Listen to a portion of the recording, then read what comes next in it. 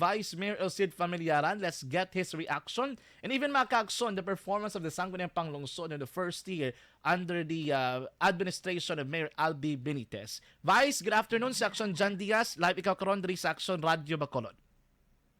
Iyan sa Aksyon John Diaz, mayong hapon dira sa imo.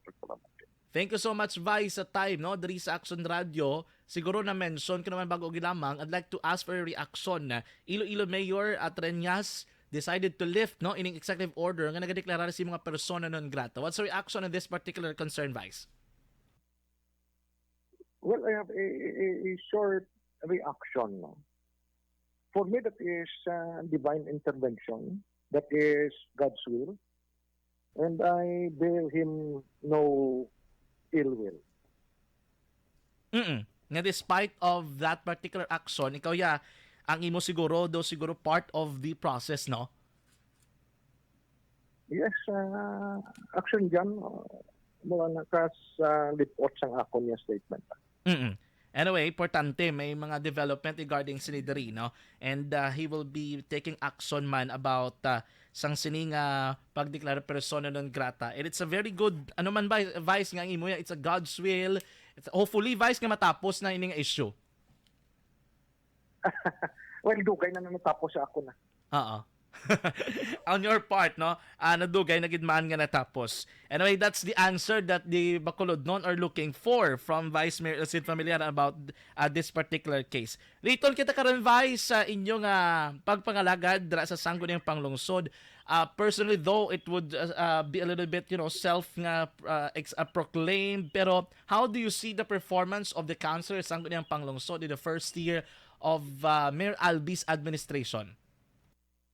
Well, as to the part of the Sangguniang Panglungsod, very dynamic, and we passed, wala ko pa masuma ang kuano, why ko total ang number of ordinance that we passed and resolutions.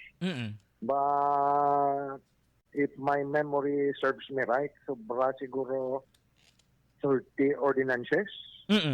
But wala ko pa makuano at submit ang SP Secretariat sang total numbers of resolutions and ordinances passed. Oo. Pero sa 30 ni Vice, nga, for example, if your memory serves you right, sa 30 ni anong gid ang pinakamasiling mo nga very epektibo or nakit-an gid nga importante gid, no, para sa mga Bacolod nun? Well, damo sang ordinances in support of the priority programs of the executive, which the mayor will deliver or will announce in public is 365 days in public service. Hulaton naton ina sa Wednesday. He requested to appear before us during our session this coming Wednesday. Na-mention mo bago lang dynamic ang SP natin for this year. Considering, Vice, nga, pagsugod gidya after the election, damo gidya may nagagawa nga kaling kamo sa lain-lain nga mga partido. But considering nga nahambal mo bago lang the performance is very dynamic, anong ginobra mo as the Vice Mayor of the city to make sure that despite of the political differences, still ang function and duty is still there and nagatrabaho gid ang SP? Well, ang roles ng Vice Mayor, traffic ka man lang sa sa discussion or sa deliberations sang being discussed in the session, no? And that experience-wise, for the past 7 years, being the Vice Mayor of the city, ang sanggunian, ang members of the council are all responsible public officials. Although may mga instances na may mga difference of opinion, but which is normal. And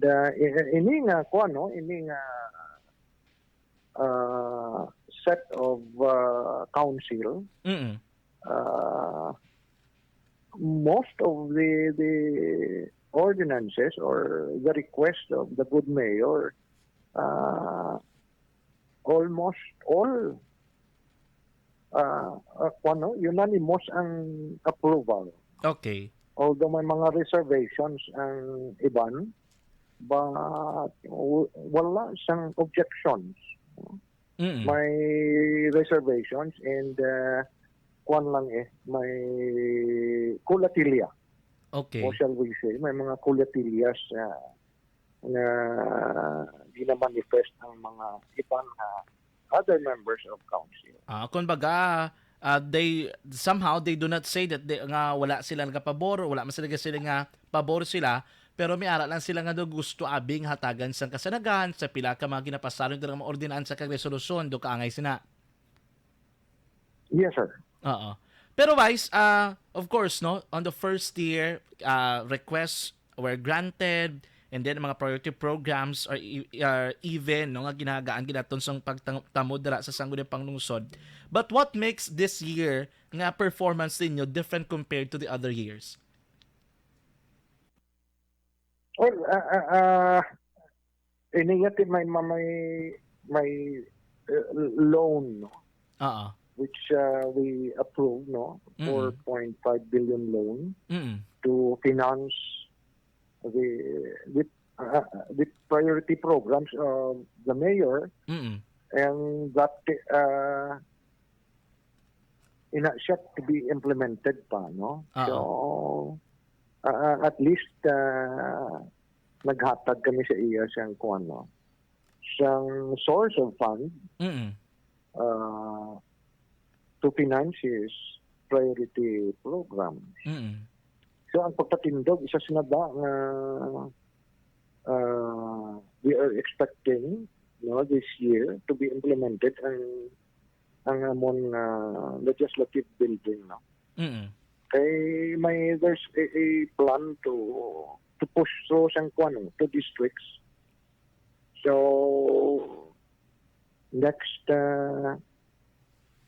or year 2025, next election, we are expecting 4 additional councilors Oo.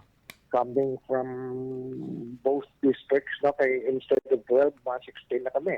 Okay. Kay each district, may ara kita 8 councilors in each district, no. Mm. So ang legislative building ni is one priority project of the mayor. Oo. And many others. Mm. Mm. Anyway, Vice, final na lang gid no. You as the Vice Mayor, of course, wala ta man gina-insist or wala ta gina-highlight but you're coming from different political party before. But how would you assess the performance so far of the Mayor, Vice? Well, I'm a politician myself, no? Kung nahatag ko da karon nubo nga rating mas sila because I am from the opposition. Kung magtaas man ang rating ko kay mayor, mas siya nga sip-sip kay mayor. So I will leave it to the public. I will leave it to our constituents to rate the good mayor. Mm. But anyways, you are just simply doing the mandate man, no? Dira sa sangguniang panglungsod. What would you like to impart? Ano nga mensahe gusto mo palabot, Vice, sa mga constituents na diri sa Bacolod City?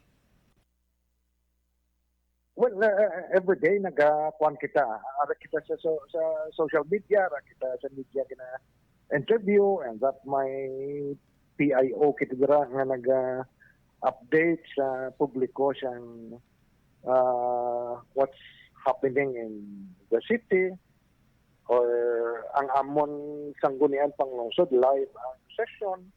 So I know that most of our constituents siguro na gapamati nagalantaw kung nakakita, no, siyang performance siyang kada isa sa amon na. Mm. So rest assured that we will do our best, no, to fulfill our mandate as your public servant. Okay. Thank you so much, Vice, sa time kag sa mga information again share mo diri sa amon sa Aksyon Radio Bacolod mayong Yes, hapon. God bless na sa inyo. More power sa inyo programa kag sa tananda na empleyado sa inyong istasyon. Thank you Mayong so hapon. much. Mayong hapon. Aksyon Reports Afternoon Edition. Bacolod City Vice Mayor Familiaran mga kaaksyon ato na kasugilano bago gilama ang